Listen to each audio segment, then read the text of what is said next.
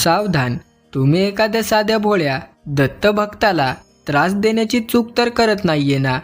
कारण तुम्ही त्या भक्ताला नाही तर साक्षात दत्तगुरूंना आवाहन देत आहात. लक्षात ठेवा, कर्माचा हिशोब सुरू झाला की मोठे मोठे अहंकार धुळीला मिळतात. दत्तभक्तांचा छळ म्हणजे साक्षात अग्निशी खेळ आहे. जेव्हा एखादा निष्पाप भक्त दिगंबरा दिगंबरा श्रीपाद वल्लभ दिगंबरा हा जप करत राहतो, तेव्हा त्याचे मौन ईश्वराकडे गेलेली मूक तक्रार असते. याचा परिणाम म्हणजे प्रथम बुद्धीचा भ्रंश होतो आणि चुकीचे निर्णय विनाशाकडे नेतात.